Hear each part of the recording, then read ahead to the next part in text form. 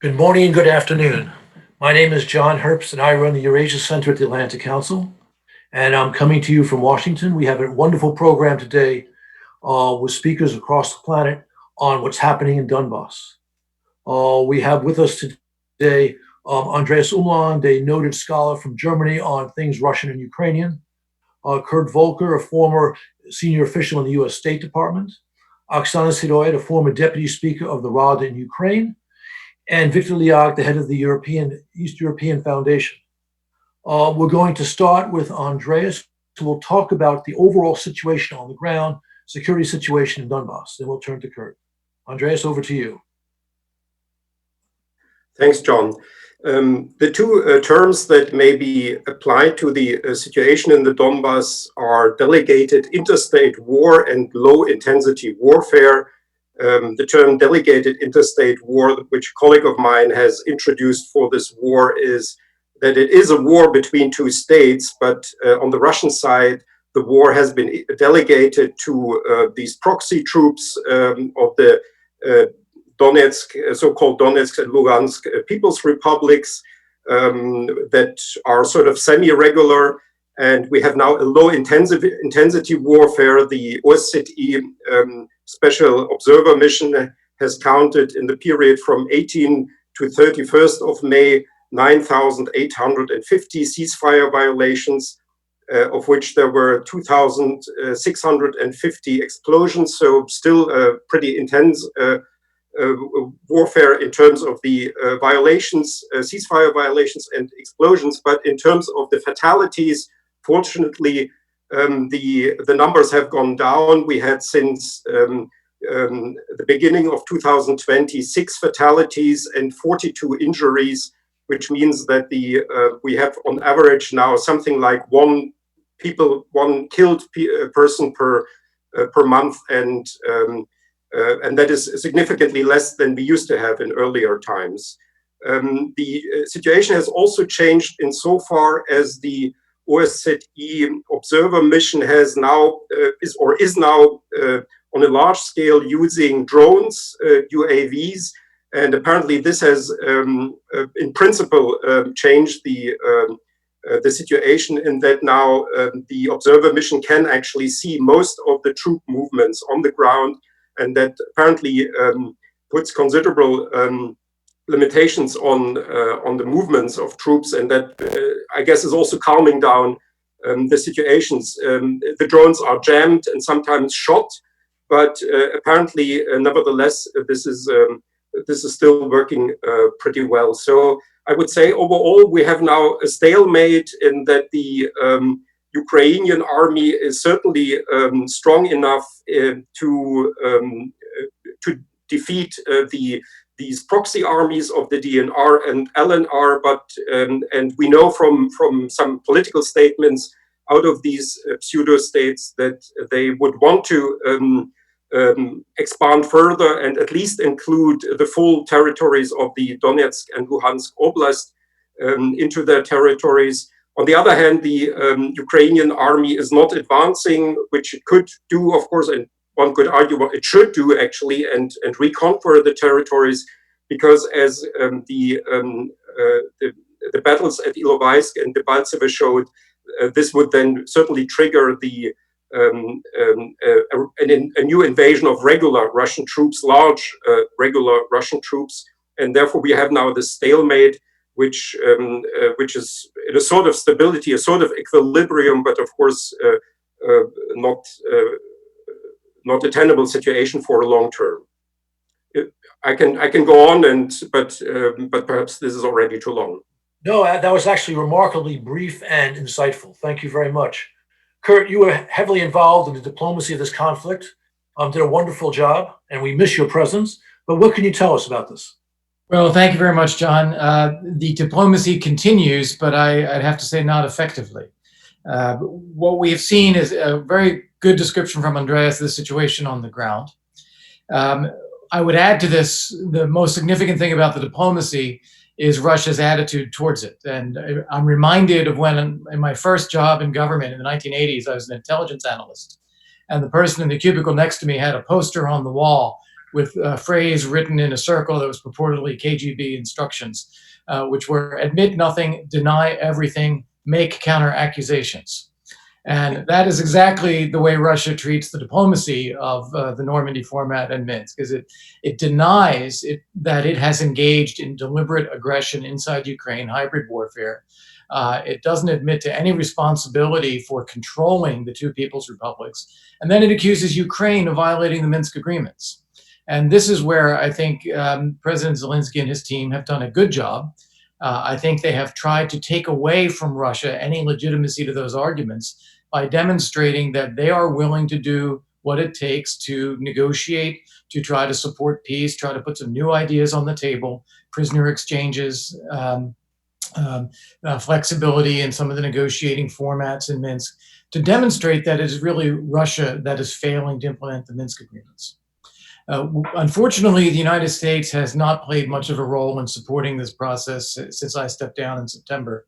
I think that's a real loss. And as a result, it is really on the shoulders of France and Germany. And if there's one great disappointment I have, it's that France and Germany do not clearly state that Russia is in violation of the Minsk agreements. Russia is a signatory and it is a party to the agreements. It's not an outside observer. It is a protagonist in the conflict, and it is a signatory to the agreements, and it has not fulfilled the obligations that it undertook. And I think that is one of the most significant things. That being said, they are meeting today in Minsk in the Trilateral Contact Group. I was fortunate enough to be part of a discussion with Deputy Prime Minister Reznikov yesterday. They are approaching this with eyes open. No illusions about holding elections when they can't control the territory. No illusions and no give on any recognition of the two people's republics. That's something that Russia is desperately trying to achieve.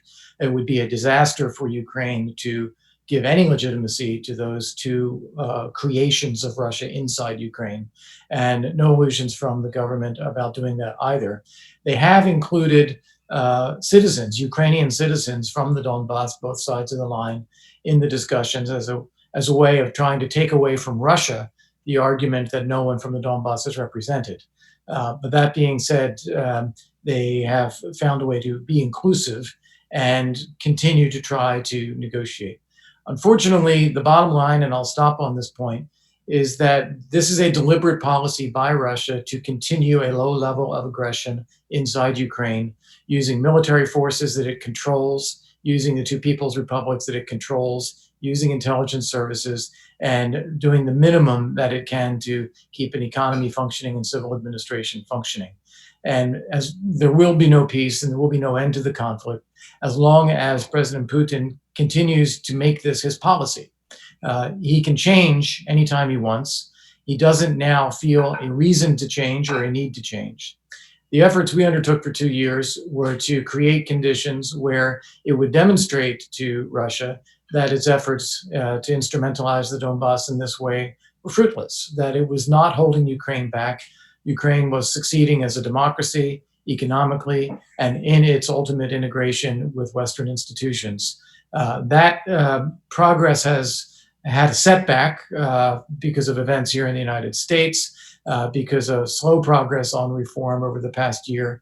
But with some recent passages of legislation, the land reform bill, with the IMF package, and with Ukraine's need really to stimulate the economy in coordination with its relationship with the EU, we may be getting back on track on that again. Kurt, thank you. Also admirably short and to the point. Okay, Andreas and Kurt have addressed the security and foreign policy side of Donbas. Victor, I'd like you to describe what's going on in Donbas itself to deal with the great suffering created by Moscow's aggression, both by civil society and also by local governments. Thank you very much, John. Great to be with you today. Civil society in Eastern Ukraine is evolving, I would say. We're experiencing for recent 2 or 3 years appearance of generation of new leaders of civil society organizations, which are hungry in a good sense of bringing to their communities, their towns, new models of public participation, good instruments for making people heard by local governments. At the same time, we see the situation that local governments are very attentive to local citizens, and they are also ready to hear and to communicate with them basic reforms, basic changes. I just need to make a small clarification that we are talking about Eastern Ukraine. We are mentioning Lugansk and Donetsk Oblast, two territories and two administrative units, and they are very different. Lugansk is smaller and least developed in all senses, while Donetsk has several cities, bigger cities like Mariupol, and they are certain kind of a magnet for human capitals. We also experience the situation that local governments, they're introducing modern ways how people can take part in the decision making process. And of course, affected by COVID, especially now, mayors and local governments, they are struggling with the same kind of problems like economic downturn, infrastructure development as many other cities. Again, local governments in Eastern Ukraine, they have a little bit less resources once situation is not very good. At the same time, I need to say that we have wonderful examples of local leaders who are bringing innovations and wonderful models of economic development and social development in their communities.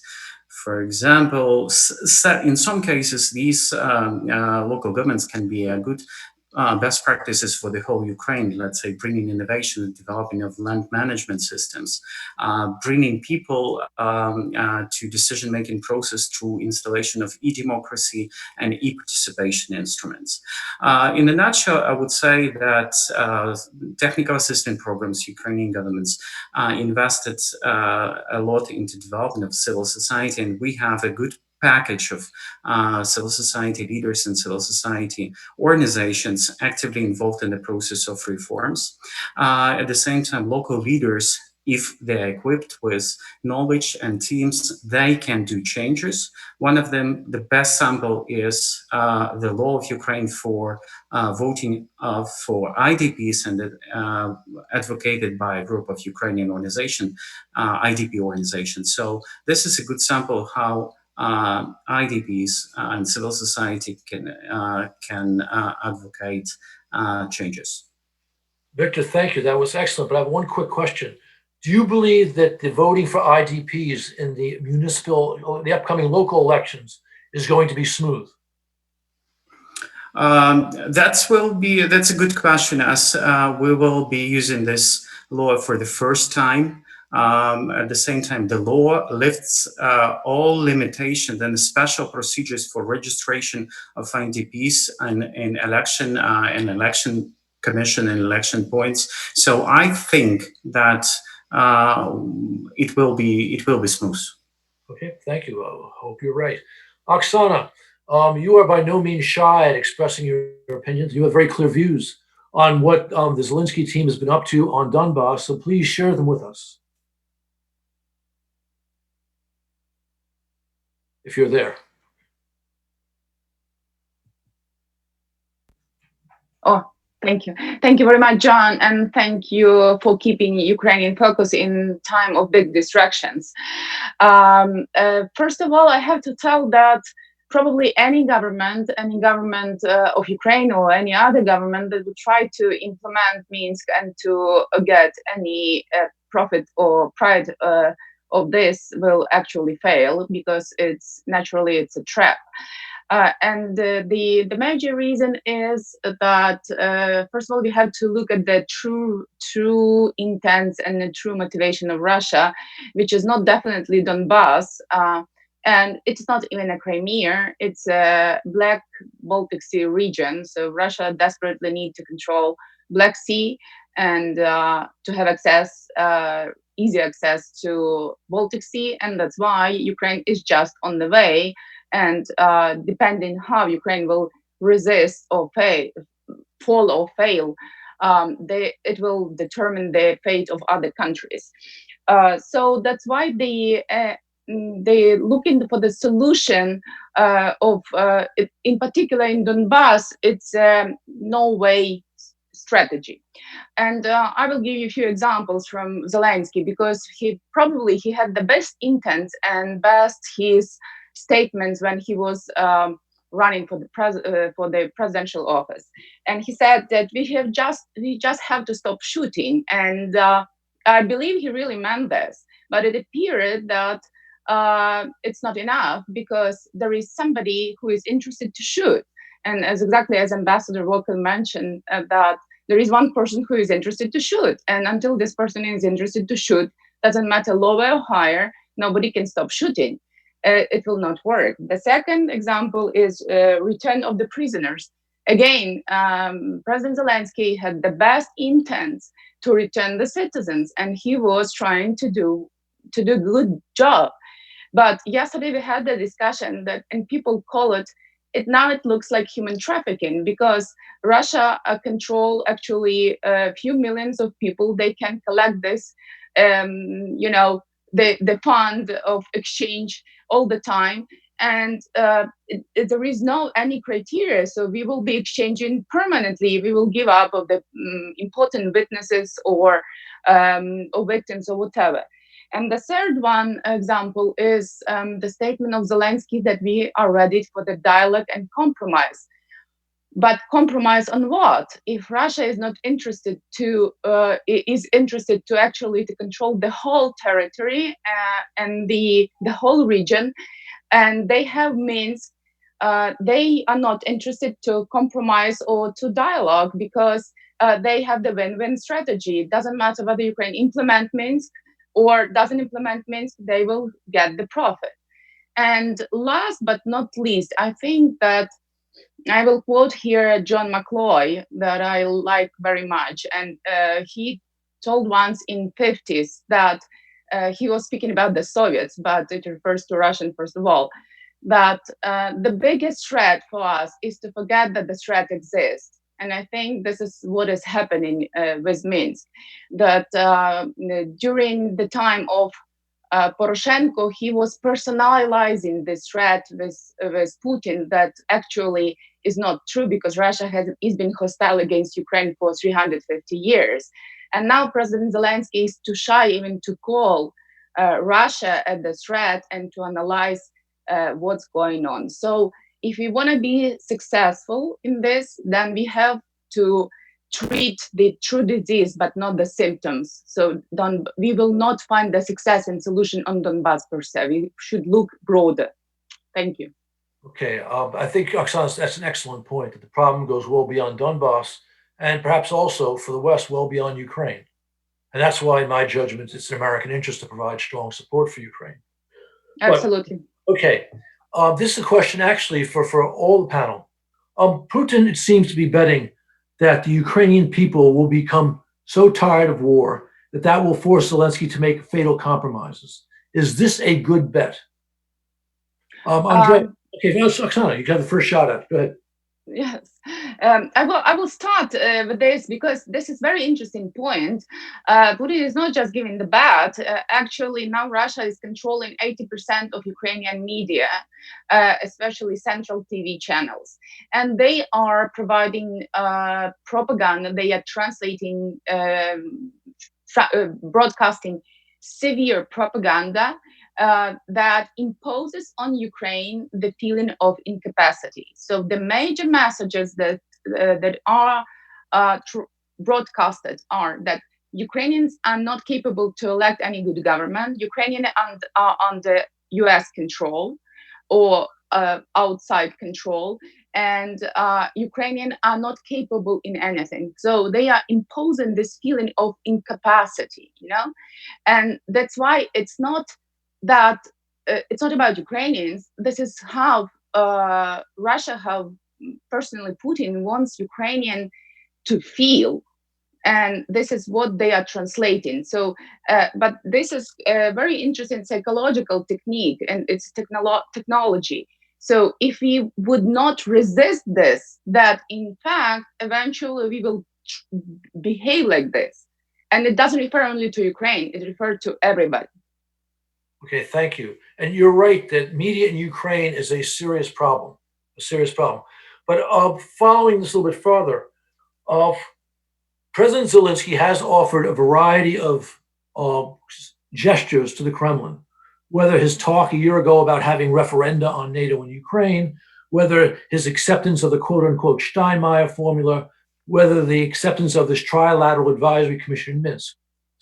Andreas, but it seems that when he would offer these gestures, Ukrainian society, especially in the political side, would push back and Zelensky would retreat. What's your judgment on this?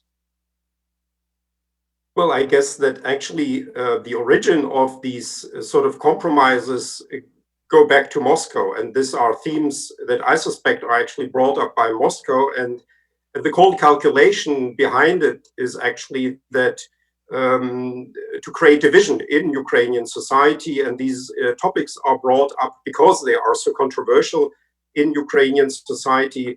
And following to what Oksana said, the sort of the second best option for Russia, if it cannot get control over Ukraine and over other countries, is to create chaos. So these divisive topics are brought up in order to eventually transform, as it's seen, I think, in Moscow, the pseudo-civil war that we have now, this sort of artificial conflict, into a real civil war. And that's why these controversial issues are brought up. With the Steinmeier formula, of course, the question here is the devil is in the detail, how exactly in which order to implement that. There's another factor is certainly also that the persons involved in these negotiations are, on the Ukrainian side, are partly not diplomats and not very seasoned international politicians. And when they make certain statements, and that goes for Zelensky himself, but also for some of the people around him, they do not see all the implications. Now we have this debate in Ukraine about the opening of the channel, of the canal, of the North Crimean Canal, and the delivery of fresh water to Crimea, which was also a very divisive issue, and of course impossible to do, because it would mean that Ukraine would be economically supporting the occupation of its own territory. So these things, they are brought up to create divisions, and Ukraine has to be very careful to not let itself be drawn into a real civil conflict or even civil war. But I think basically people understand that in Kiev, and I hope there will be always this balance between opposition and government, and that all of these political conflicts will be conducted peacefully. Thank you. Kurt, again, you were very heavily involved in diplomacy of Moscow's Donbas war. Do you think that Zelensky has managed the relationship, the negotiations with Moscow in a sound way? Yeah. Thanks, John. And I'd say the basic answer, yes, I do. And let me elaborate on what Andreas was just saying. I think he's absolutely right that these ideas for instance, including LNR and DNR representatives in Minsk are coming directly from Moscow. And it is an effort to create divisions and opposition within Ukraine. But the Zelensky team faces a dilemma that they either appear to be intransigent internationally in the eyes of France and Germany, so what's the harm here, versus appearing to be making unwarranted concessions to Russia domestically. And so they are trying to find a way between these two sides, a way to be responsive so that they appear to be acting in good faith in the Normandy format without actually giving the Russians what they want, such as any kind of legitimization of the two people's republics. It's a very fine line to walk, and I think they've been doing it as best that they can. The other thing that I think Zelensky has done well, probably better than any recent Ukrainian leader, is maintain good relationships in Western Europe. He has maintained a very good relationship with Chancellor Merkel, also with President Macron to some degree, also with other leaders. And I think this has also, it has stabilized support for Ukraine. It has increased the level of sympathy that people have for the predicament that Ukraine is in.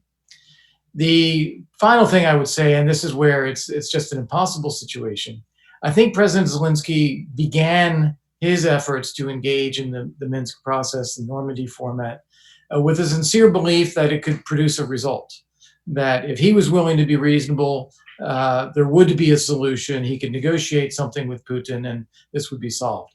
And I think that is unfortunately misunderstanding Putin's intent.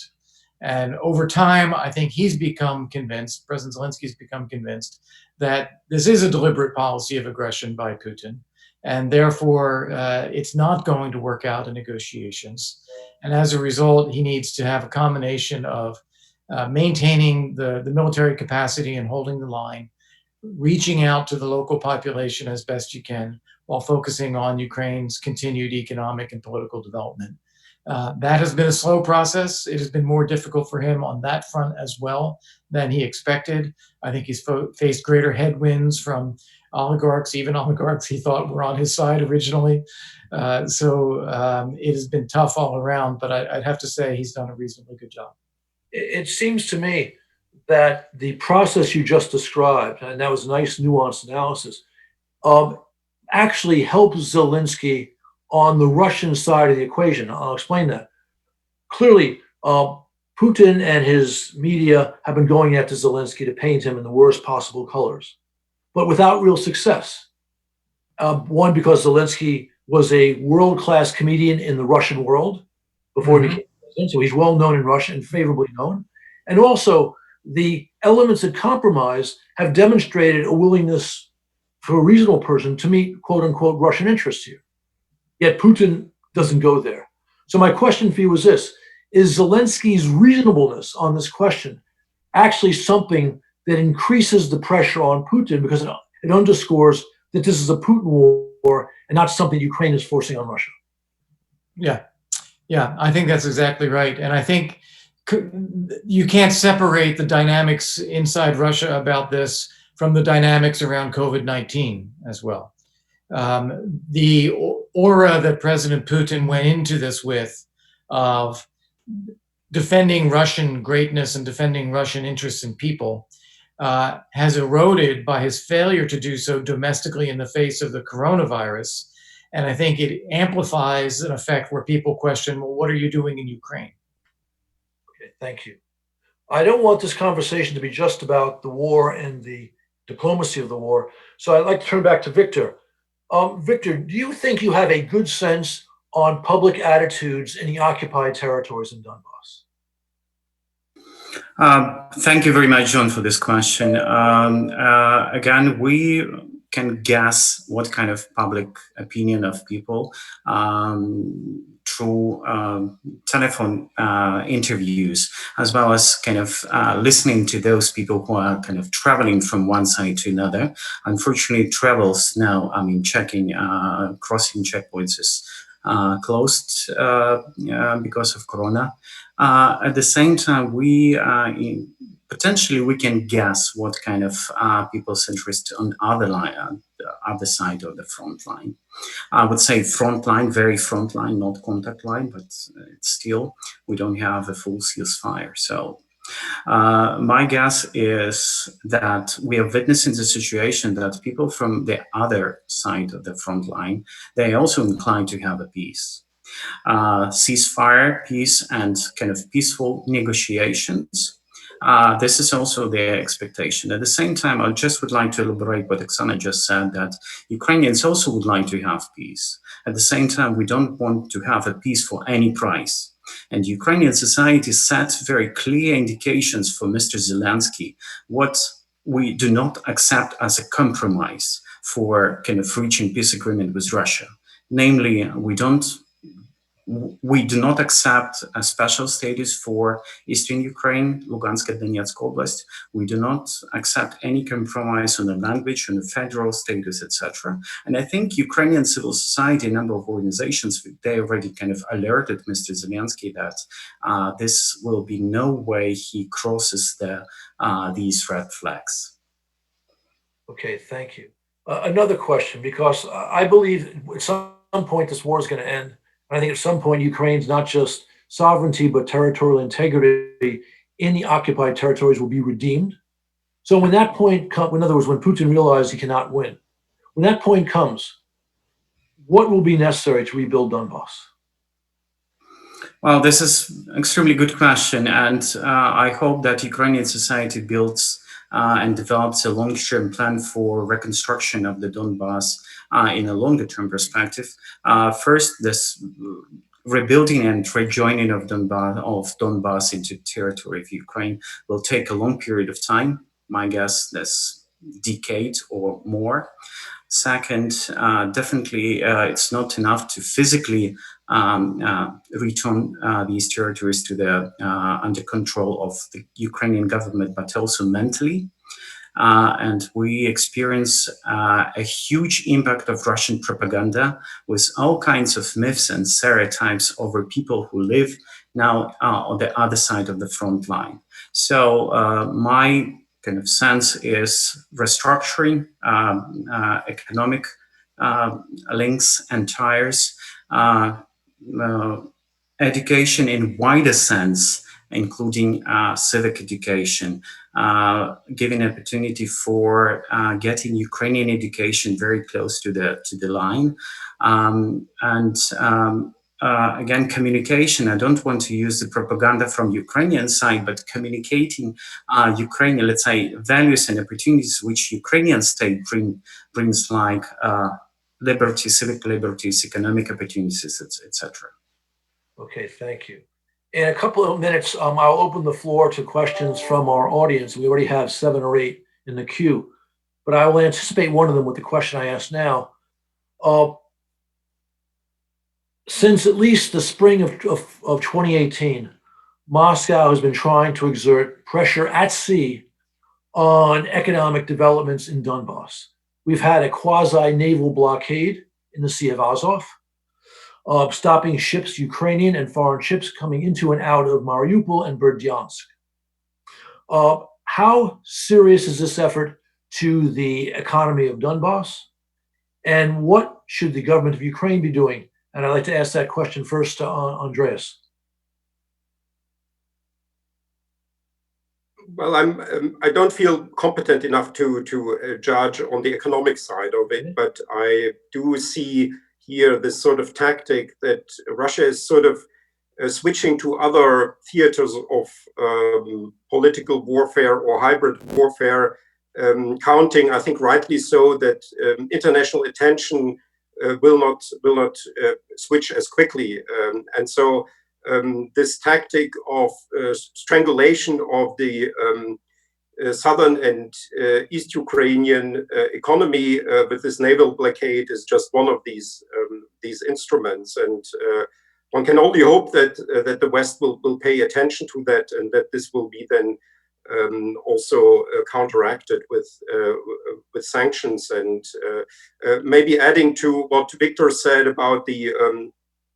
I just wanted to add that I'm from East Germany, and I also see now these problems in the Donbas that Putin is trying to sort of create a new nations there, and Ukrainian language has been forbidden as a pseudo-state language in Luhansk, so-called People's Republic.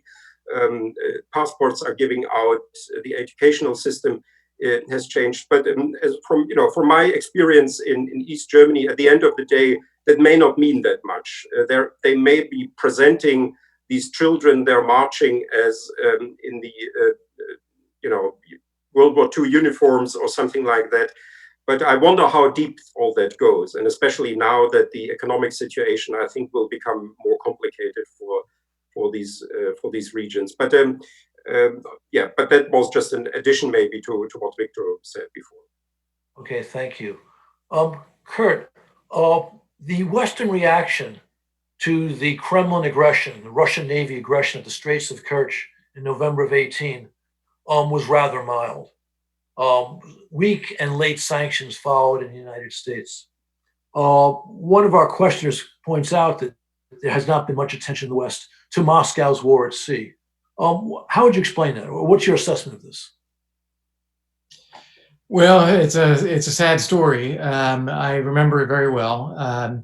We tried at the time to get a high-level statement out of the State Department of the White House condemning Russia's attack on the Ukrainian military vessels and seizure of the sailors.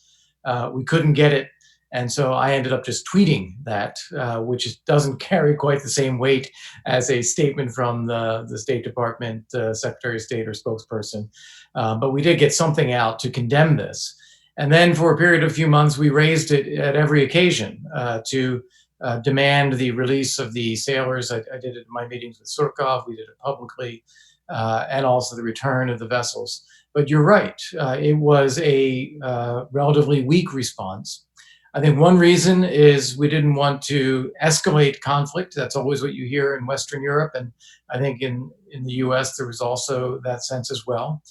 There was Russian disinformation that this was somehow a provocative Ukrainian act, and we didn't want to be encouraging such provocations. And I think that disinformation had some impact on thinking. We also were realistic that Ukraine's naval capabilities have been significantly damaged as a result of Russia taking over Crimea and destroying what the Ukrainians had left. And it's a slow process to try to rebuild that. We have provided excess defense articles in the form of frigates, Coast Guard cutters, to Ukraine, and there is more on the way. And we are also talking about anti-ship missiles and radar systems for coastal security. So there is a response, but it is not nearly as strong as one would have hoped. Okay, thank you. All right, I'll start to take questions from our audience. Let's see now. There was one for you, Kurt, asking about Kozak, Dmitry Kozak, now the Russian representative for negotiations for Donbas, trip to Europe last month, to the EU, and the statement they issued.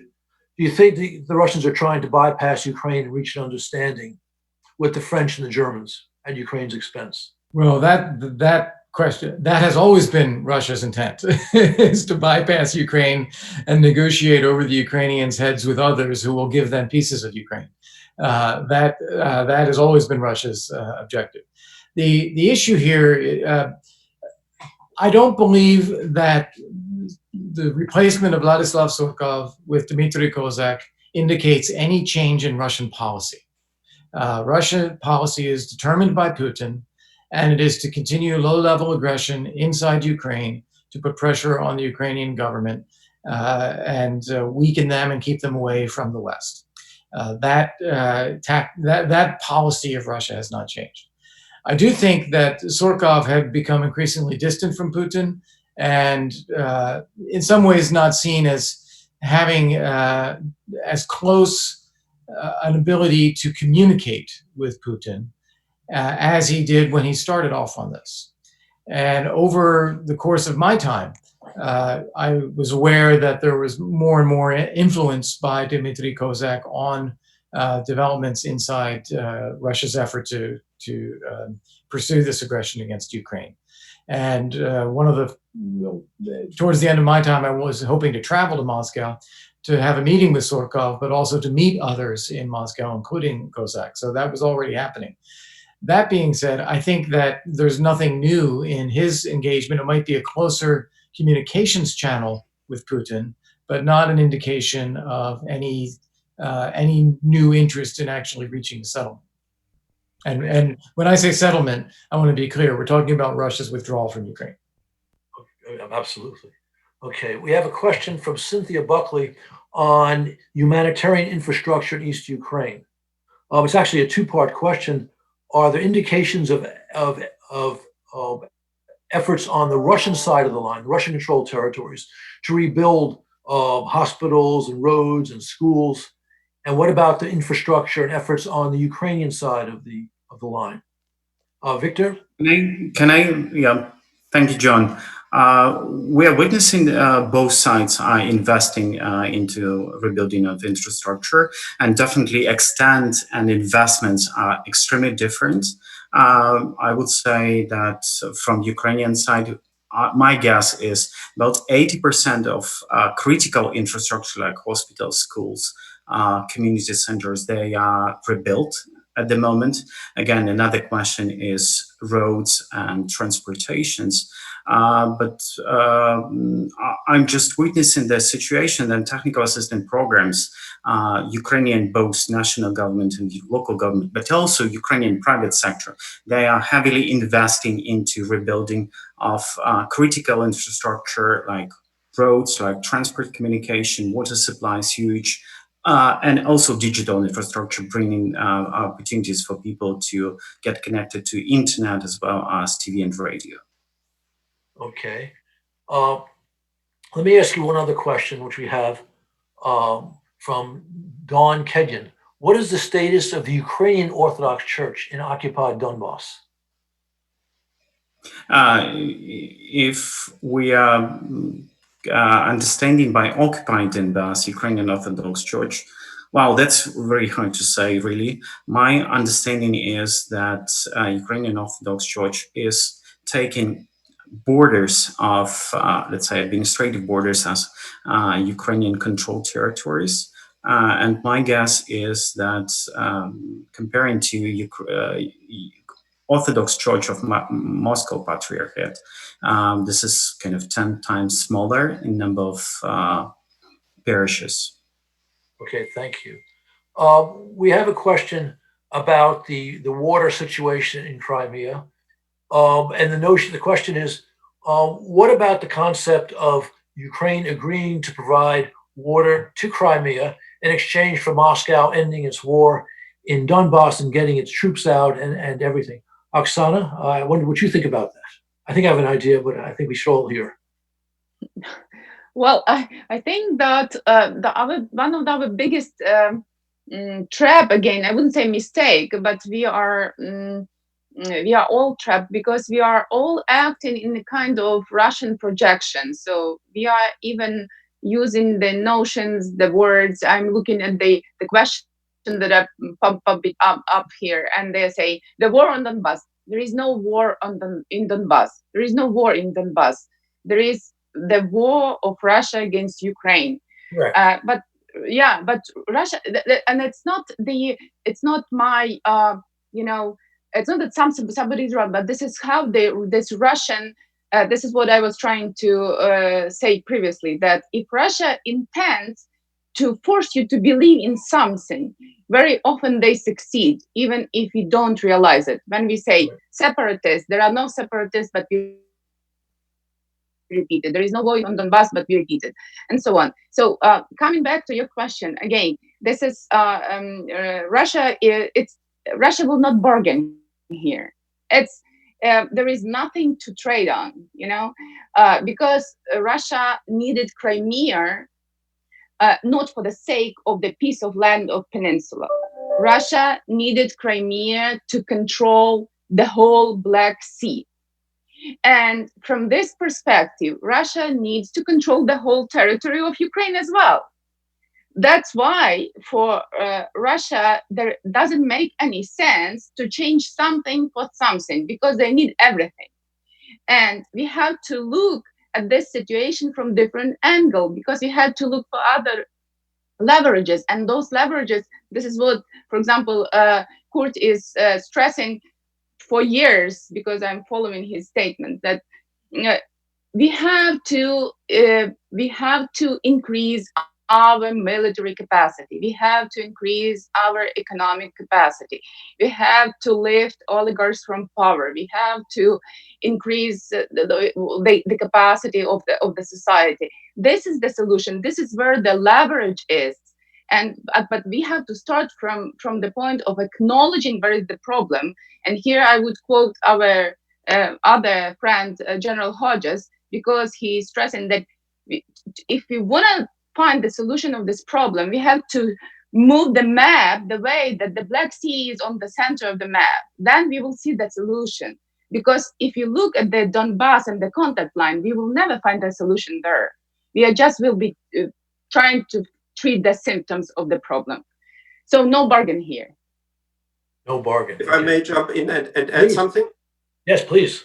Yeah, I think this question about the fresh water for Crimea from the Dnieper River is just a matter, at the end of the day, a matter of manipulation. This North Crimean Canal is a 20th century project. Now we have the 21st century when we have already highly developed technologies for desalination, for the transformation of seawater into fresh water. There are sanctions on Crimea. It might be maybe not so easy for Russia to get all the necessary technologies. But 6 years have now passed, and Russia has, as far as I understand, nothing undertaken to solve the water problem with desalination, and is now asking for this river water from the Dnipro via the North Crimean Canal. And it's an artificial problem. It's a technological problem. It's not a humanitarian problem. And I'm not sure also, as Oksana said, I'm not sure that Russia would actually do such a deal, that the water could be exchanged for the Donbas. I think that this may be something like that may be communicated, but I'm afraid that behind this, the thinking behind this is that to divide Ukrainian society and to finally turn this pseudo-civil war into a real civil war. John, if I can just chime in on that too. It's a good example, that kind of thinking of the West or Ukraine negotiating with itself. Russia has never asked for this, has never suggested that this is something that they want to do. It is merely people on the other side, on the Ukrainian or the Western side, trying to come up with things that we can offer Russia, which I think is the wrong mental framework for dealing with Russia's aggression against Ukraine. I certainly agree with that. Okay. We have a question from Orest. How would you assess the work of the OSCE, especially the SMM, and within TLC, recognizing the obvious limitations? Andreas, I'll give that question to you first. Yeah, I've studied that and have actually a paper coming out on that. And I think there's a clear development and improvement on that over the years. There was a lot of criticism in the first 2 years. Also, the technologies were not as advanced, but now with the use of drones and of cameras, actually, as far as I understand, the mission has a good picture of what is happening, and the reports are very informative. There is still, I think there's still in Ukraine people who do not like the fact that there are among the approximately 1,200 staff members of the mission, there are approximately 40 Russian citizens included, because this is obviously a contradiction, but this is also a too small number, I would say, to influence actually the functioning of the mission. So I think it is important, and I think it's one of the major factors, and also the technological improvements may be one of the factors that have now led to a situation when the fatalities have significantly gone down. This is also a big difference to southern Ukraine, where no such mission or other international organizations are well represented, and which makes, I would say, the South Ukrainian region more volatile. And I could imagine that, let's say, in connection with the North Crimean Canal, there could be new escalation. Yeah, thank you. Kurt, someone has a question for you, noting, you mentioned the ships that we are sending to Ukraine. Is the U.S. going to require reform of Ukроборонпром as part of the package for receipt of these ships? I don't know that there is a tight linkage. Right. I think that we want to provide the support to Ukraine to build military capacities on its own merits. Right. There is also a strong request from the United States for reform of Ukроборонпром, as well as the defense ministry and military forces alongside that. And we have a number of levers of engagement. General Keith Dayton has been nominated to be the U.S. ambassador to Ukraine. He's awaiting his Senate confirmation hearing. But in the meantime, he is serving as the U.S. representative to the Defense Reform Advisory Board. I know that he has been in close contact with the ministry and with Ukroboronprom. Don Winter, a defense civilian in the United States who has worked on defense industry issues, is likewise engaging with Mr. Abramavicius and the defense ministry on some of the defense industry issues as well. It has not been reformed to this point. There's a lot of bloating, there's a lot of waste, there's a lot of corruption through the accumulation of all the funds there. And it is something that significantly needs to be done. I just don't see that we will create a linkage of that kind because we also want to see the strengthening of Ukraine's capacities. Okay, thank you. We have a question from Marcia Nanka for you, Kurt, but I also want Andreas to weigh in as well. President Trump's plan to recall U.S. troops from Germany. What are the implications, if any, for Ukraine? Well, I'll start off on that. And first off, let me say what the status of this is. There apparently was a memorandum signed by National Security Advisor O'Brien and directed to the Pentagon to implement a reduction of U.S. forces in Germany by about 25%. This is something that had been under discussion for some time. No movement had been taken on that. There has been no formal decision that I'm aware of to execute this. I believe that there will be further discussions in the administration, and there has been no formal communication with the government of Germany that I'm aware of, and I've checked in with the Germans on this. So we don't know exactly what this means. The second is that there had also been and remains ongoing in U.S. discussion about reactivating the U.S. Army Fifth Corps. And that is going to be initially based in the U.S., but there is discussion about whether elements of the Fifth Corps should be placed in Europe, and if so, where. And then finally, there's a discussion with Poland about increasing the U.S. military presence in Poland. So a lot of these things are unknowns at this point. That being said, I think that a strong, robust U.S. military presence in Europe dedicated to security of the alliance and projecting security through training and exercises and partnership with countries like Ukraine and Georgia is vital. And the more we can have there, the better. And I think that from the perspective of European allies beyond Germany, Baltic states, Turkey, Poland, even Italy, as well as partners like Ukraine and Georgia, it's very important that the administration hear from them about how important the U.S. presence actually is. Okay. Andreas, do you want to weigh in on this? If not, I have a different question for you.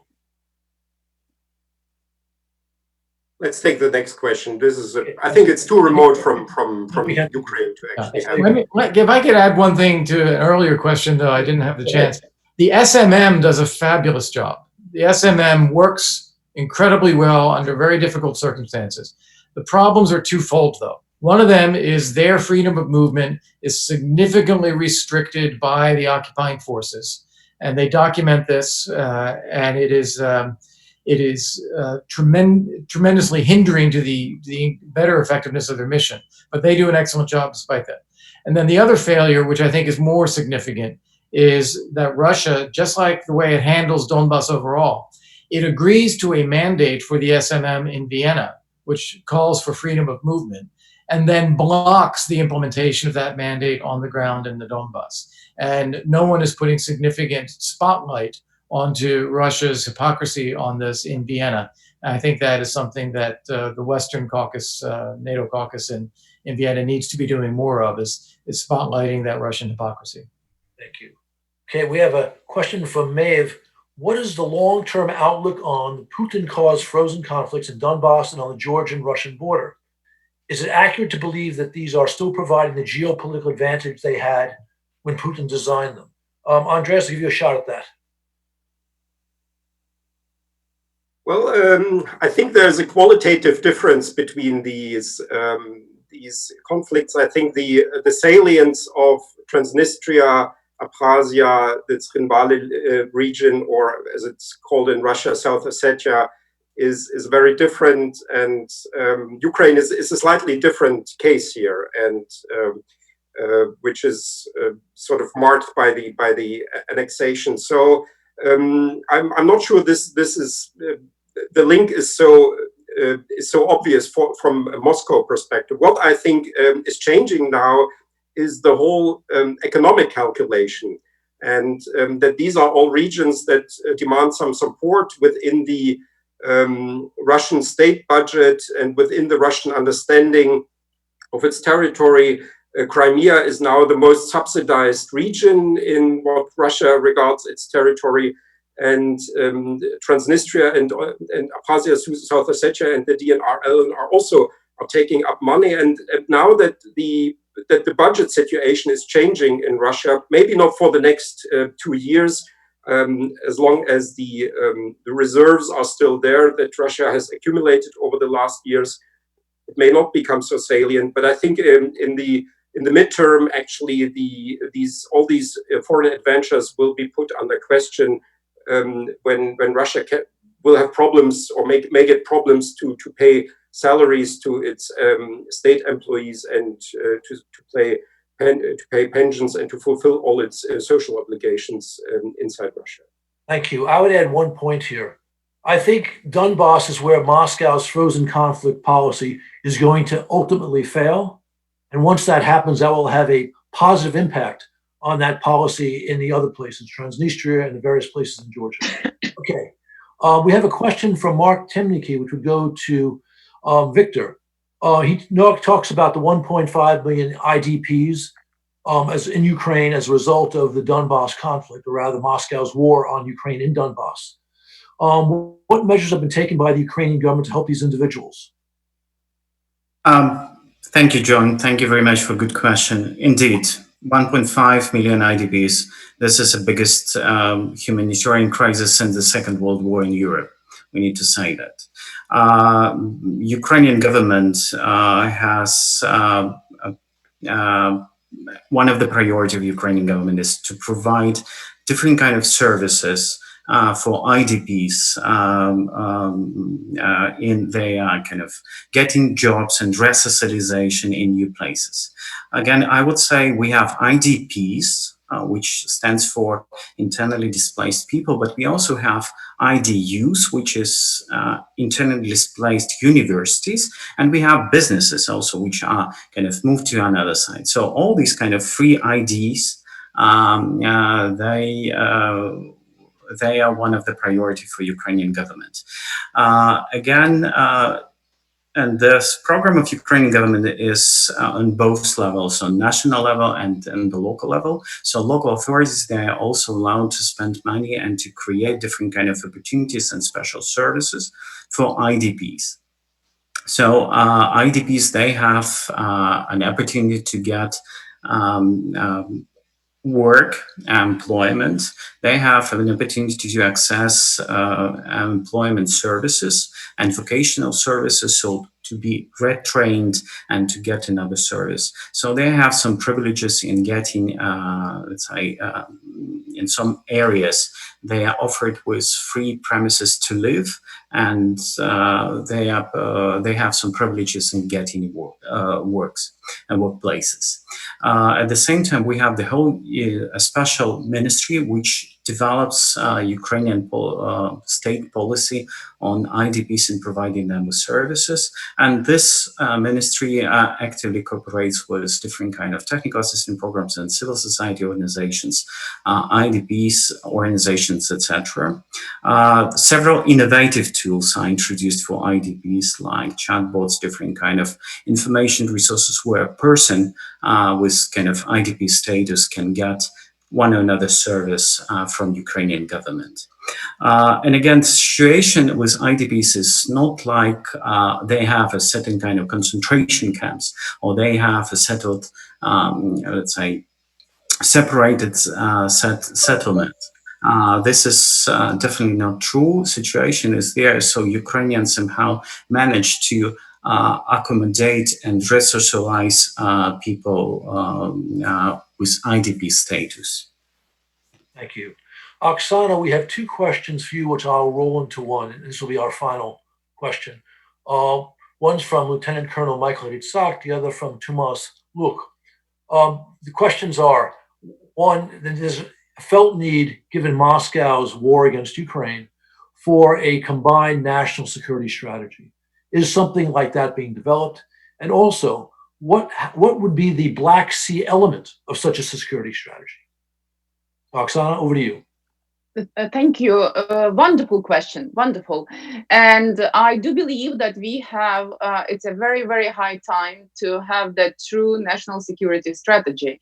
But this national security strategy should start from the acknowledging the reality. So to stress what I've been trying to tell from the very beginning, what is the real threat for Ukraine, and that this is Russia, and this is historical, and you cannot avoid it. You cannot move Russia anywhere. You cannot move Ukraine anywhere. So it means that we have to build the resilience, knowing that we are living aside to the hostile nation that was trying to invade Ukraine for last 3.5 centuries.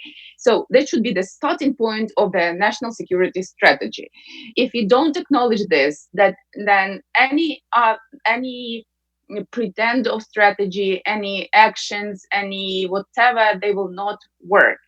And of course, the second point for this strategy would be acknowledging that the hostile intent of Russia is to establish efficient control over the Black Sea and the Baltic Sea. And Ukraine has always been the territory between those two seas that is very critical for Russia to control. But second, and which is not less important, this is the land of resources, both natural and human resources. And this is also should be the starting point of building this security strategy.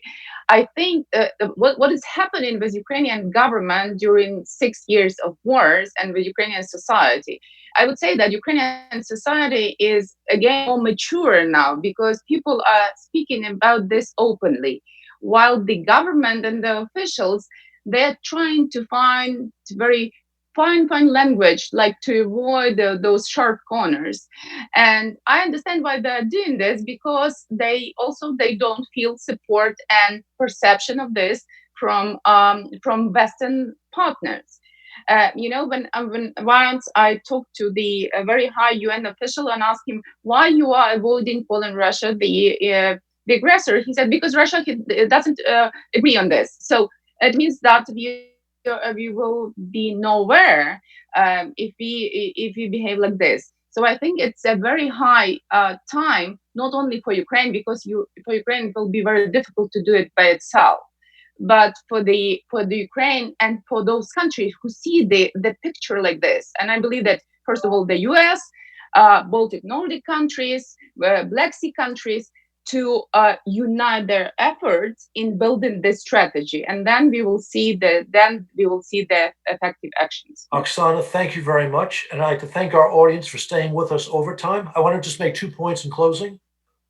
First, we had tried to get a speaker coming from the Ukrainian government for this event, but because of the negotiations in Minsk, that was not possible. And 2, we've had questions about Nord Stream 2.